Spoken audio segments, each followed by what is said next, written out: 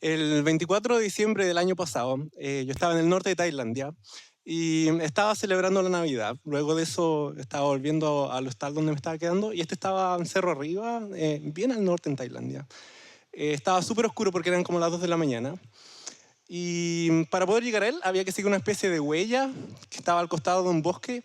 Y cuando iba camino hacia el hostal pude escuchar desde lejos que estaban cantando luces altas, luces bajas. Y dije, no, no. Y bueno, cuando llegué al hostal me encontré con que habían 3 compatriotas y con ellos terminé de celebrar la Navidad. Eso fue mi regalo ese año. Pero hoy día no vengo a hablar de qué se trata la Navidad en el extranjero o de los chilenos que andan perreando por ahí. En realidad vengo a compartir con ustedes qué ha sido para mí la experiencia de viajar.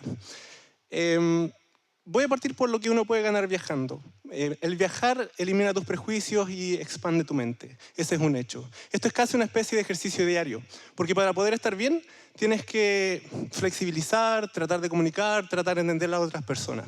Si no haces eso, estás frito, no queda otra. Entonces, he conocido gente que ha viajado y que luego vuelven diciendo, pucha, los ingleses que son aquí, son allá, los franceses, los chinos, que los indios que son aquí, que allá, todo el mundo. Si uno hace eso, en realidad está saboteando su viaje porque estamos reforzando el seguir mirándonos al ombligo, el creer que la sopaipilla es la mejor comida del mundo. Es muy buena también, sí. El creer que la sopaipilla es la mejor comida del mundo, que el vino chileno es el mejor y que somos el modelo a seguir. La verdad, eso no está bien. Les voy a dar un ejemplo. La primera vez que fui a Bolivia, lo hice súper ingenuamente.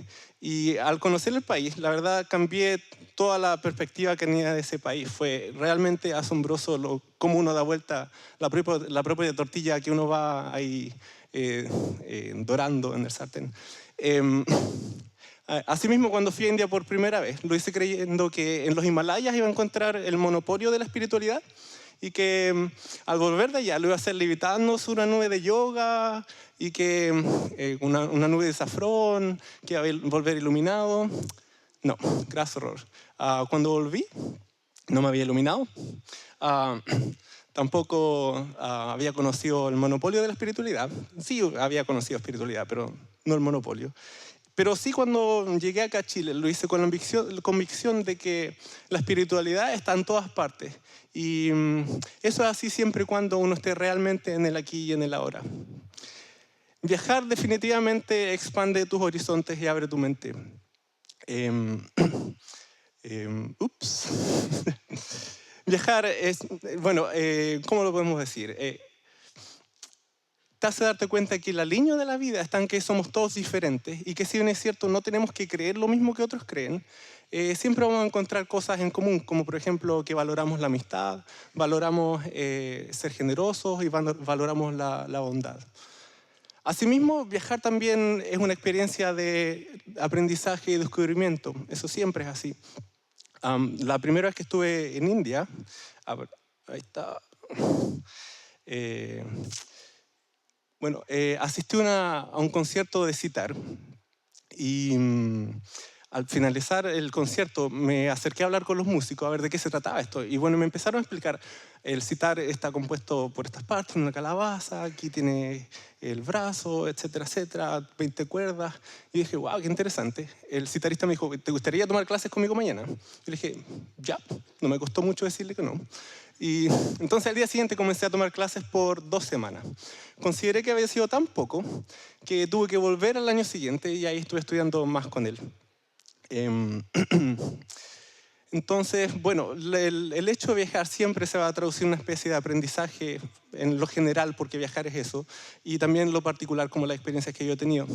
Ahora, para poder viajar, sin embargo, tenemos que vencer el miedo que nos están bombardeando desde todas partes. Ese es un hecho. El otro día estaba haciendo una de mis clases de inglés en la UFRO y un estudiante me dijo, profesor, yo nunca viajaría sola porque eso es muy peligroso. Y le dije, espera, yo he viajado siempre solo y la verdad nunca me he sentido en peligro. ¿De dónde sacaste tú eso? Me dijo, mi papá. Y yo dije, bueno, eso es como natural, ¿no? Es que te digan eso. Y es así. Bueno, ahora uno se pone a pensar, ¿de dónde viene todo este miedo? y es súper fácil. Solamente prendan la tele a la hora de las noticias y ahí tienen como para tener pesadillas por una semana. Eso es lamentable, la verdad. Ahora, por darles un ejemplo, esa primera vez que también estuve en India, yo siempre pensaba que los cadáveres andaban flotando en el Ganges, o qué sé yo, porque esa es la visión que me habían vendido. Sin embargo, cuando estuve allá, nada de eso sucedió. La verdad, lo que sucede es algo súper religioso, muy ceremonioso, y de hecho uno ni siquiera se puede acercar, menos tomar fotos, entonces me extraña que aparezca en la tele eso. No es que se paren en un puente y tiren a sus difuntos y después se vayan río abajo, no, eso no sucede. También para poder viajar uno tiene que vencer el desapego. Esto está muy vinculado a los miedos que nos están vendiendo desde afuera. El desapego, en mi caso, cuando me fui el año 2013, sabía que iba a viajar por mucho tiempo. Entonces, bueno, tenía que deshacerme de muchas cosas. Tuve que vender, tuve que regalar y el resto, lo que no pude vender ni regalar, que nadie quería. Parece que yo nomás lo quería. La tuve que dejar en la casa de mi mamá. Todavía está ahí metido en caja. Y bueno, no es fácil hacer eso. Es un proceso bastante difícil porque nos han criado en una cultura donde nuestra línea de tiempo tiene que ser trazada o marcada básicamente por las cosas que vamos adquiriendo. Termina la U, cómprate tu primer auto, tu departamento, etcétera, etcétera. Es así, entonces es natural que sea muy difícil. Ahora, no vengo aquí a vender la idea de que el desapego es lo que hoy día la lleva, porque eso no es así, y tampoco vengo a decirles desháganse de todo y váyanse a viajar, porque en realidad eso sería muy egoísta y tonto de mi parte. En realidad, aquí no hay una receta para hacer esto. Lo que uno tiene que hacer es analizar su situación y ver cómo lo puede hacer para poder lanzarse a viajar si es que lo quiere hacer. Ahora, para hacer el desapego un poquito más difícil, siempre está la pregunta de cuánto peso puedo echar en mi mochila o cuánto puedo meter aquí. Y con lo que la balanza nos diga y lo que realmente uno pueda presionar hacia abajo en la mochila, uno se tiene que ir y vivir con eso por el tiempo que se esté viajando. Aquí hay que ser súper estratégico, súper clever, porque no vamos a llevar libros que no vamos a leer. Eso no se puede hacer. Y tampoco ropa que no vamos a ocupar o ropa que, no sé, no esté a la moda. No sé. Bueno, yo hoy día vine a compartir de qué se trataba o qué había sido para mí la experiencia de viajar. Espero que esta charla pueda ahí, motivar a alguno de ustedes. Gracias.